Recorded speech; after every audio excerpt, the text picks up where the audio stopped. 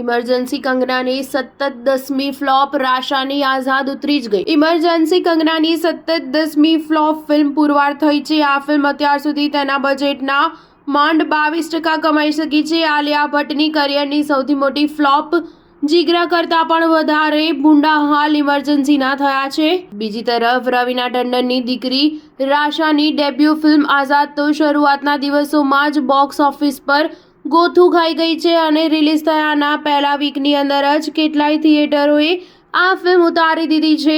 કંગનાએ છેલ્લે 2015માં તેની છેલ્લી હિટ ફિલ્મ તનુ વેટ્સ મનુ રિટર્ન આપી હતી. તે પછી તેની 10 ફિલ્મો આવી છે અને તમામ ફ્લોપ થઈ છે. ઇમરજન્સીની 6 દિવસની કમાણી 13 કરોડ માંડ થઈ છે. તેની સામે આલિયાની સુપર ફ્લોપ જીગરાનું લાઈફ ટાઈમ કલેક્શન માંડ 32 કરોડ હતું.